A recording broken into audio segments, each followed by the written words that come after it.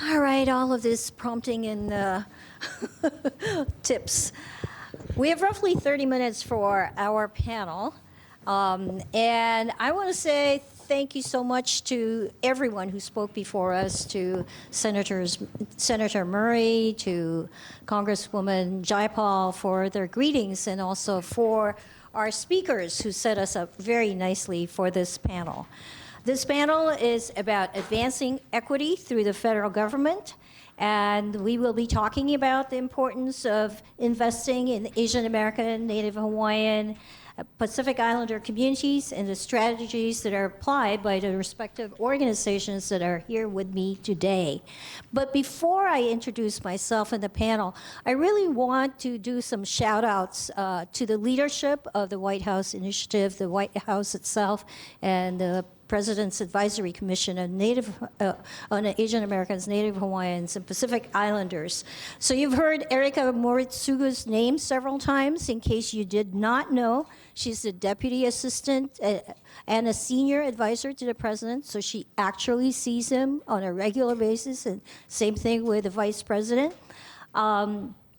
Our co-chairs for the Presidential Commission itself on AANHPI are Health and Human Services Secretary Javier Becerra and U.S. Trade Representative Ambassador Catherine Tai.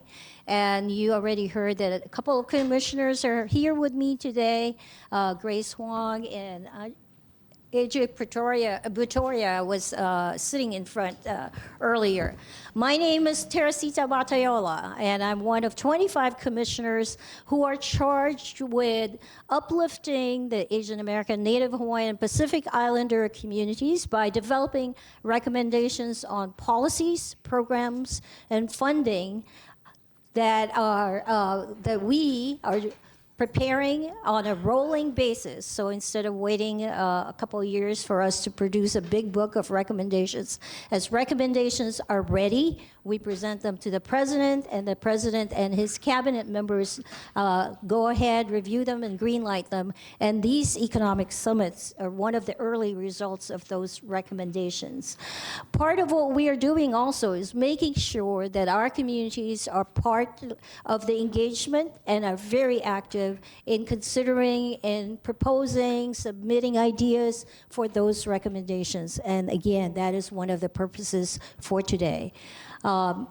Aside from my role on the commission, I'm also a trustee for Seattle Colleges and am recently retired from International Community Health Services, which is a federally qualified health center, and which is how I know one of our speakers. She was a very active, and I'm sure she still is, a very active partner to community health centers. And so I will start by introducing Sharon Turner. And Sharon is the Regional Director of Health and Human Services. HHS is cabinet-level executive branch department of the U.S. federal government with the goal of protecting the health of Americans and providing essential human services. Its motto is improving the health, safety, and well-being of America. She is double and maybe multiple-hatted also because she's the primary representative for the Secretary of HHS for Washington, Oregon, Idaho, and Alaska, and she also serves as the head of the Regional Office of Intergovernmental and External Affairs. Next, I will go to Michael Look on my extreme right. Michael is the Deputy Regional Administrator of Housing and Urban Development.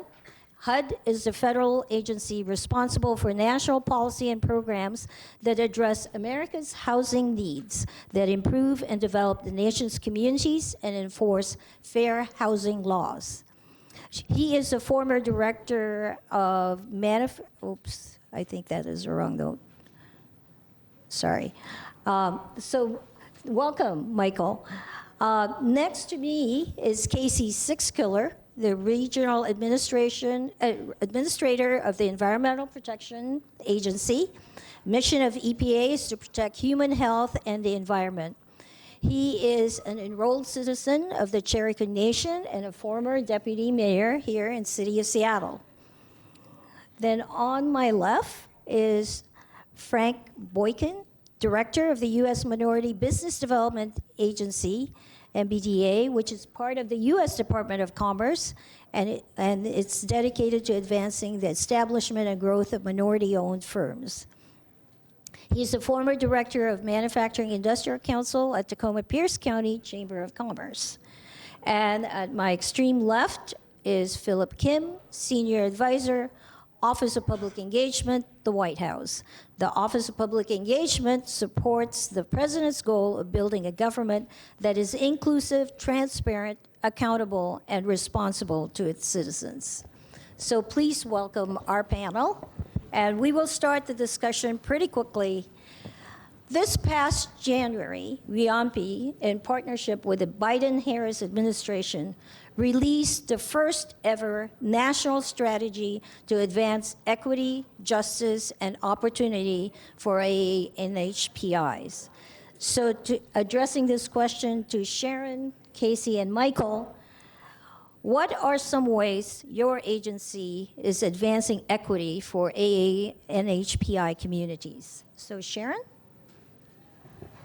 Good morning, everyone, and thank you, Commissioner Teresita.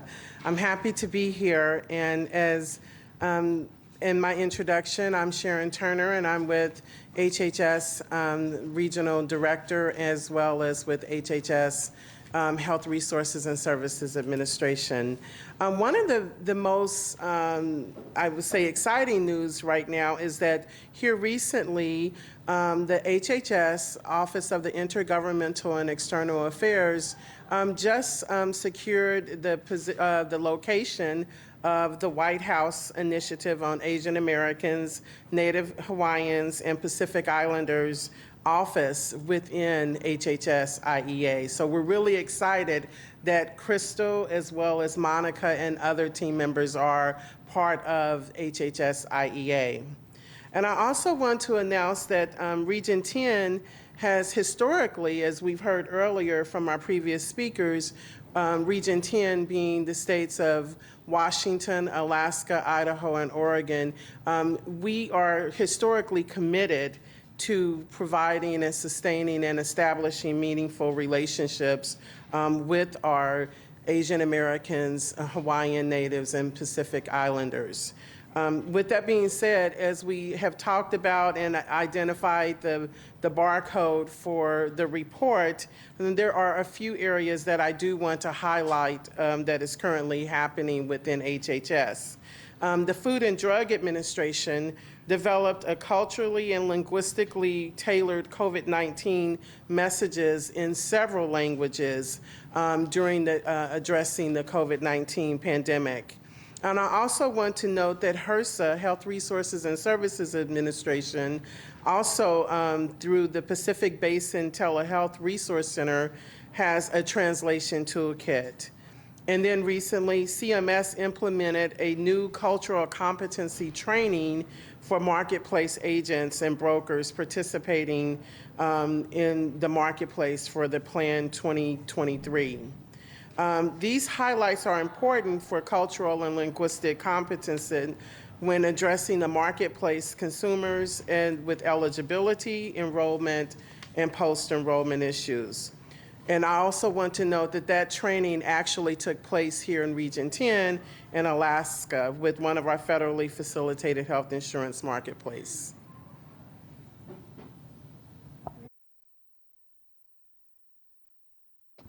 Well, thanks, Teresita. Thanks to Mike Fong for pulling the event together today and for inviting me to participate on behalf of the Environmental Protection Agency. As Sharon mentioned, our region includes the state of Washington, but also states of Oregon, Alaska, Idaho, and 271 tribal nations. So we have half of the nation's tribes in our area, and I'm very proud to be the first Native person to ever hold this job in the history of the EPA. So it's exciting to be here. I say, thank you very much.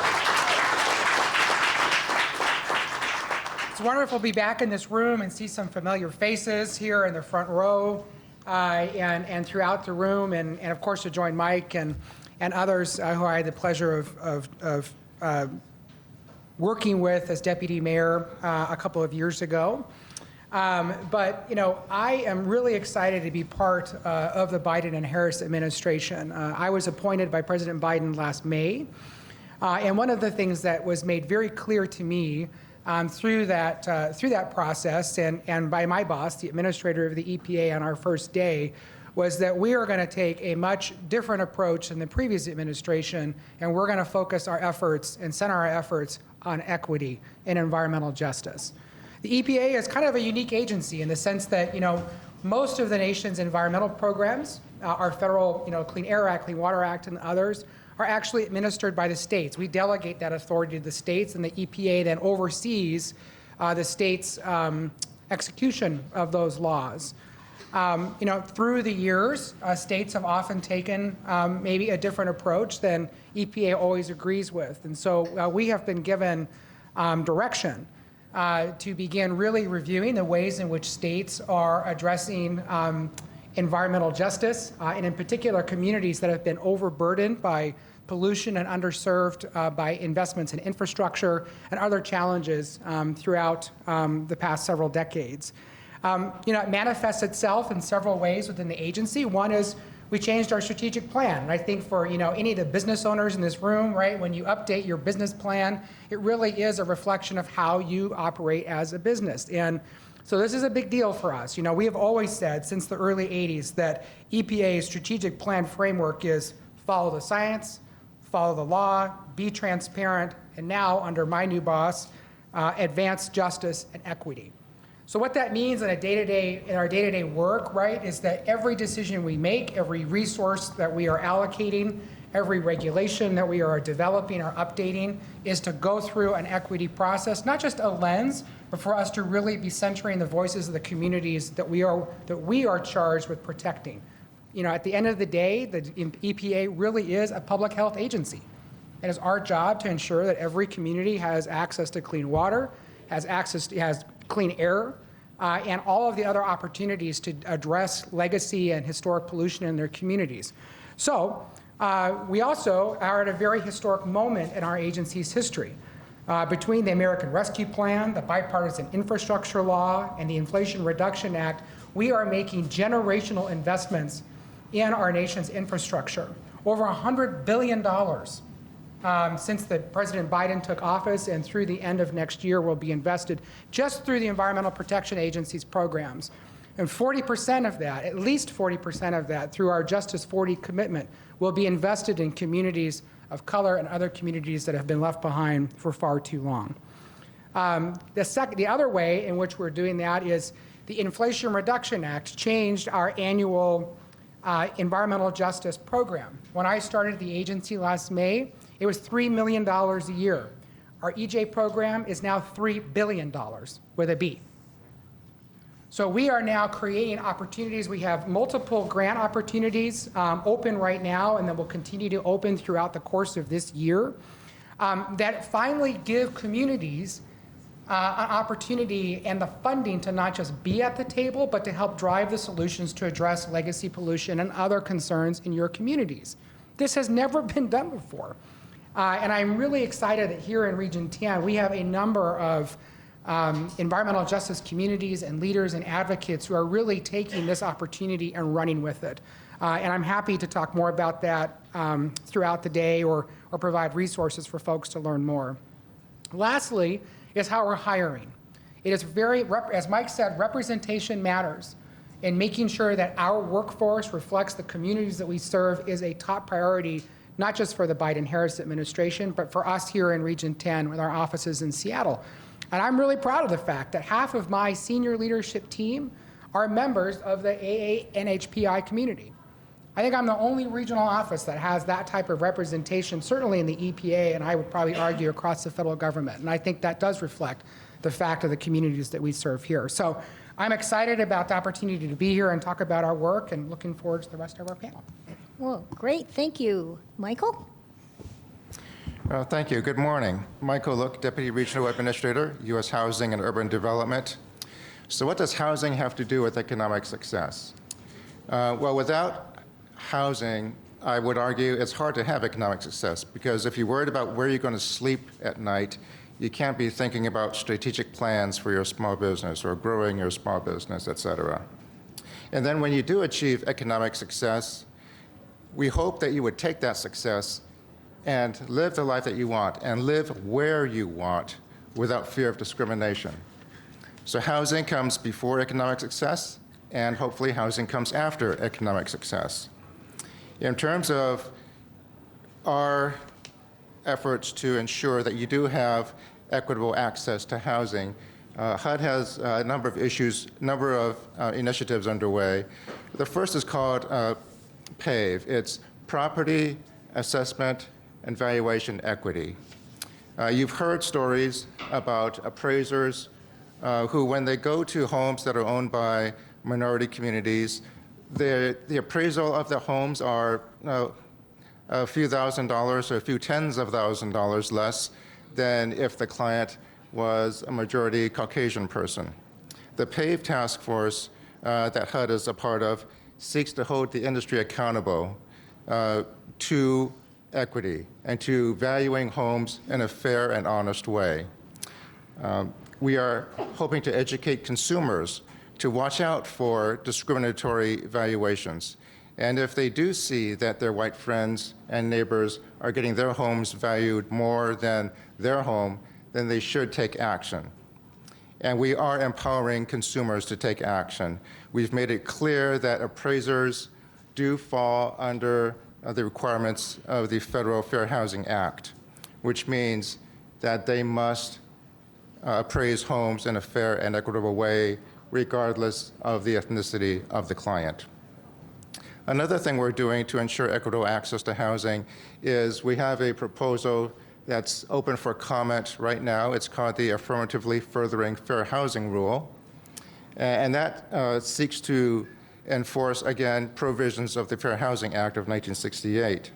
It addresses historic patterns of discrimination in housing by not only forcing the people who use our dollars, not only forcing them to prohibit discrimination, but to affirmatively further fair housing, to not just say, no, you can't do it, but to remedy the past 100 years of discriminatory housing patterns in the country by looking at where ethnic minorities live and making sure that there's no concentration and that there's no forced concentration of racial segregation in their jurisdictions. We also have what's called the Section 3 program. Well, it's not a program, it's a requirement. Anybody who uses our dollars for construction, whether it be affordable housing or a community facility or anything of that nature, they must set targets for using businesses that are either owned by low and minority income persons or that are owned by residents of public housing or who employ a majority of their workforce as low and moderate income persons. So there are opportunities for small businesses in federal contracting, and if the project is funded by HUD, you should check it out. You should ask the contractor, the general contractor, about are they meeting their Section 3 goals. And of course, we are also taking a look at all of our literature. As was mentioned earlier today, the federal government as a whole is taking a look at language access. We are taking a look at language access for all of our documents, all of our consumer guides, our housing guides for persons of limited English-speaking abilities. So we are looking at that. And finally, one thing that is sort of not directly related, but I think is vitally important, whenever we do fund construction projects as the federal government, as HUD, we do require the payment of fair and prevailing wages to our workers. And that's important because the construction industry is heavily minority dominated. So we have inspectors who go out, check the payrolls to make sure that all the workers on federal construction projects funded by HUD are paid a fair and prevailing wage so that they aren't taken advantage of economically. They aren't being forced to rebate part of their wages back to the contractor, and that they are receiving benefits that they deserve. So those are just a few of the things that HUD is doing to advance equity. Thank you, Michael. So we've just heard an array of approaches and opportunities through 3 different agencies, and the road to economic equity and success definitely means access to funding and contracting opportunities, healthy housing, healthy environment, and resources for a healthy life. But now, Philip, I'm going to talk to you directly. If you can share with us what the Biden-Harris administration has achieved for our AANHPI communities through very important landmark bills like the American Rescue Plan and the bipartisan infrastructure law. Yeah, for sure. Oh, there we go. Thank you. First, I want to say good morning, everybody. It is a true honor to be here in Seattle. This is my first economic summit, and I couldn't choose a better place to start, and so thank you for the opportunity. I also want to say thank you to all the panelists here. It's humbling to be here with all these esteemed and accomplished leaders, and just grateful to be sharing the space this morning. Really quickly, my introduction. Professionally, I serve in the Office of Public Engagement. I recently joined the team at the White House. Previously, I also was a part of the work at AmeriCorps. I was a White House liaison there and the Deputy Director of the White House Liaison's Office at the Department of Education. My personal background and how I come to this space to you today as well is that I'm a son of immigrants, working class parents who fix cars for a living and own a small business as well, and that's the perspective that I want to bring in my personal capacity as well. Just a quick overview of what OPE does. We view ourselves as the front door to the White House, and so this is an amazing opportunity to continue to build connective tissue with so many folks outside of DC, where all the real work is happening as well, and want to be able to continue to amplify the issues that folks care about and make sure that we're directing people to the right teams that are continuing to advance the work and things that we're advocating for. So that is a part of how we view ourselves in the role, and would love to continue the conversation throughout the day. In terms of your question, so we'll start with ARP. That takes us back a couple of years ago. We're in the middle of the pandemic. There were a lot of businesses being lost, a lot of unemployment in the community. And just to go quickly over top lines, the ARP helped to reduce unemployment by over 50%, and many of the jobs that were lost were regained, which is, thanks to President Biden and his vision to act quickly. In terms of the resources that were provided to also support communities that are being impacted by hate-filled violence and discrimination. The ARP also was able to fund communities to then be able to report these issues, and led to the signing of the COVID-19 anti-hate crime bill, which then has led us to an opportunity to work with DOJ and implement more enforcement opportunities to make sure that we're protecting our own and have a chance to continue to study this issue, invest in it, and make sure that our community is being uplifted and not torn apart. Looking ahead, we are at a moment where we have this year and we have 2024 in this term. The White House initiative of AANHPI produced the National Strategy for Equity and secured, as Nanny mentioned earlier, commitments and strategies from 32 federal agencies to tackle the issue of data disaggregation, investing in language access, investing in mental health resources. And all of these are important, obviously, on their own, but I think speaks to the umbrella of equity lens that we use as the Biden-Harris administration to take care of the full spectrum of the AANHPI community, because obviously we're not a monolith, and every single community within our umbrella deserves that special attention. So I want to uplift the intentionality with which our leaders at WHIAANHPI, our leaders in the Chief of Staff Office, AANHPI, and here within OP work to make sure that all of these different equities are being considered. Looking at, and to kind of close this out really quickly, I know we're going to touch on this a little bit more in future breakouts, but looking ahead, we want to make sure that we apply that same lens when it comes to access to capital, when it comes to increased investments in support of our communities, and then finally, of course, when it comes to representation, I want to also uplift how this administration has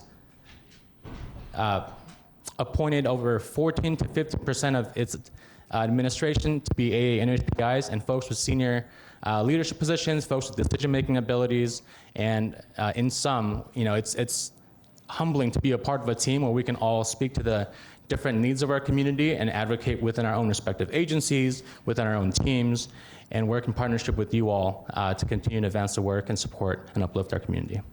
Thank you. Thank you, Philip. In the interest of time, no applause until the very end, then standing applause. So in the interest of time, I will address this one question to Frank. Recognizing that the AANHPI community itself is incredibly diverse with various unique needs, given the new historic grant opportunities made available through the Department of Commerce Capital Readiness Program grant competition, how can our communities successfully access those funds? Thank you so much. Good morning, everyone. It is a pleasure to be here. I'd always like to share, let's keep the main thing the main thing. And the main thing is this economic summit, 3 of 8, anticipated, and you being here. Centering that is the most important thing. And let me be even more clear. What we cannot do alone, we can do together. What we cannot do alone, we can do together. The expectation of there being unprecedented opportunity for economic development coming from the White House, ultimately to impact communities like ours, should be good news. Most importantly, it should shift your thinking. It should have you thinking about the priorities that you had before. Maybe I can lean differently into this moment. If we don't, my oh my, are we missing an opportunity? As the director of the Minority Business Development Agency, which to make sure that it is local in your understanding and local in your engagement, let me be clear. This is a business center at a minimum that spans the state. So if you're in the state, and you have an interest in economic development, interest in entrepreneurship, interest in the challenges that say that if you want to lean into differently this moment, MBDA wants to make it a point to come alongside you and make the difference. The question has been around Minority Business Development Agency's Capital Readiness Program, a $93.5 million opportunity that's moved throughout the country, that has been positioned to expect that there is emulation of entities that can act as accelerators, that can act as incubators to push money into businesses that otherwise would have been left out, the least of, and underrepresented. MBDA is making it a point here locally to create those different agencies in a connected way, such that the silos and the underrepresentation stops.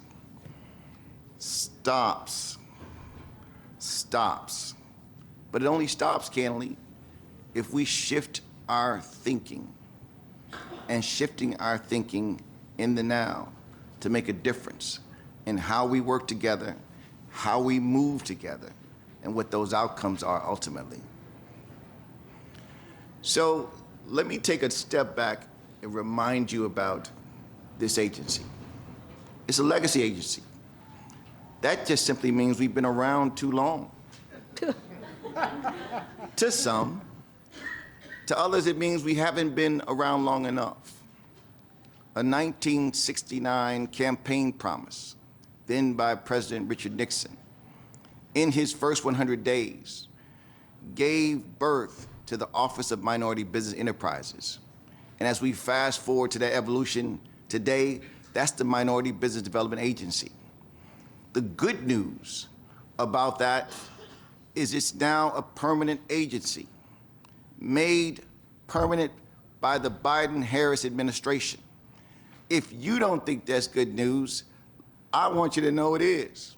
Because what comes along with the permanence is impact that we've never had before. There is first, a leadership infrastructure that is more impactful, 3-tiered. Secretary, Deputy Secretary, and Undersecretary, Don Cravens, who leads our impact as Minority Business Development Agency and the business centers in which we run.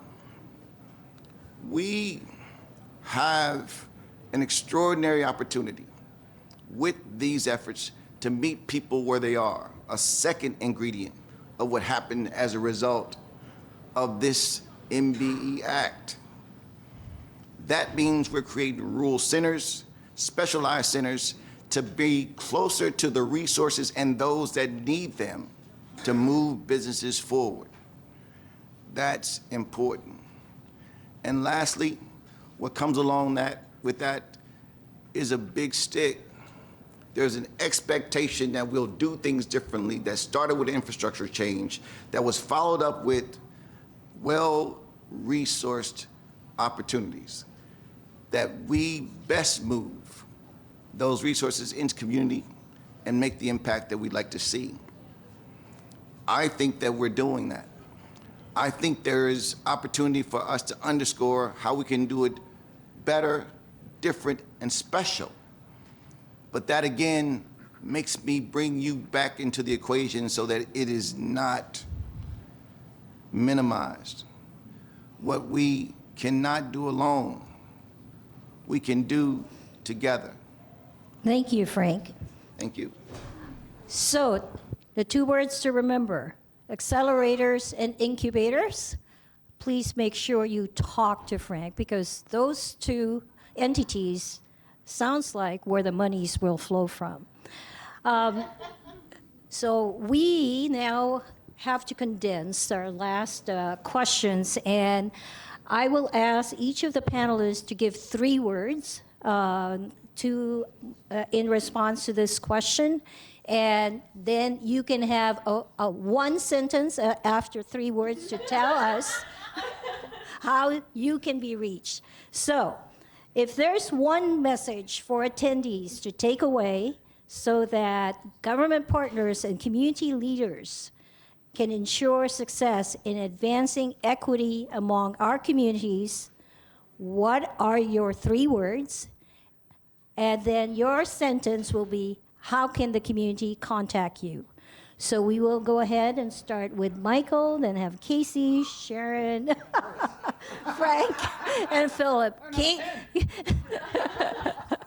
Go for it, Michael.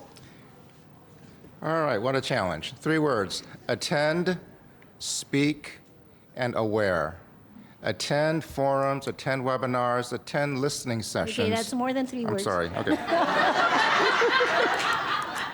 Okay, how do you reach me? How do you reach me?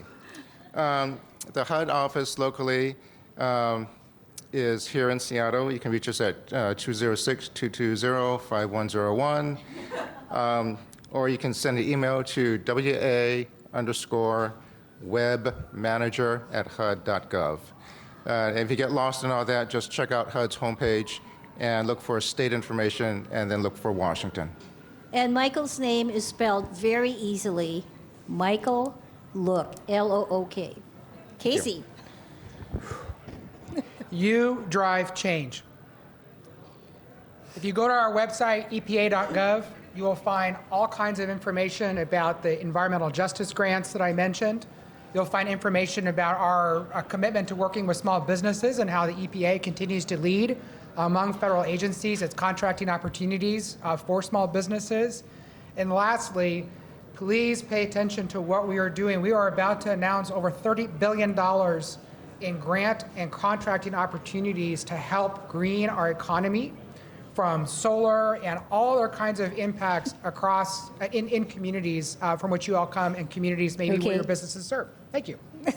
Hey, those were a lot of semicolons, okay? Spelling of his name. Sharon. I'm not going to follow the instructions either. You don't know Teresita well enough then. No, yes. Unfortunately, federal government employees are notorious at violations. Sharon. Do my No, best. we're just very wordy, that's all.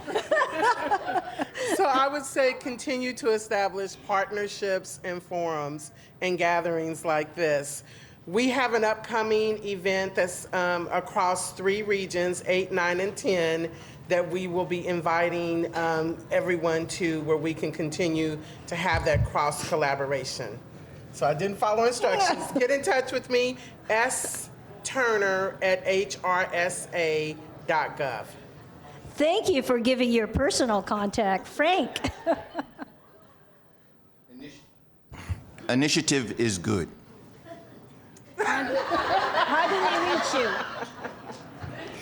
I would like to say more, but I do No. not want to be called out. You are saying more. How do they contact you? You can contact me at FBOYKIN. That's my first initial of my first name and my last name, FBOYKIN. And at cityoftacoma.org. Boykin at cityoftacoma.org. Thank you, Frank. You bet. Philip. Keep on building. I think when we look at this group 10 years ago, wonder what it would look like. But the fact that we can come here and convene today like this gives me a lot of inspiration and hope.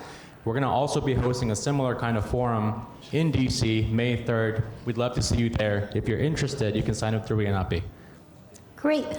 I just want to mention that the President's Advisory Commission on Asian Americans, Native Hawaiians, and Pacific Islanders have developed and are continuing to develop recommendations in the areas of belonging, inclusion, anti-Asian hate, and anti-discrimination, economic equity, which is where this economic summit recommendation came from, health equity, language access, data disaggregation, and immigration and citizenship status. So please continue to look at our website and give us input and feedback on recommendations that we're making. As I mentioned earlier, we're doing it on a rolling basis so that the President and Vice President can benefit from those recommendations in as real time as possible.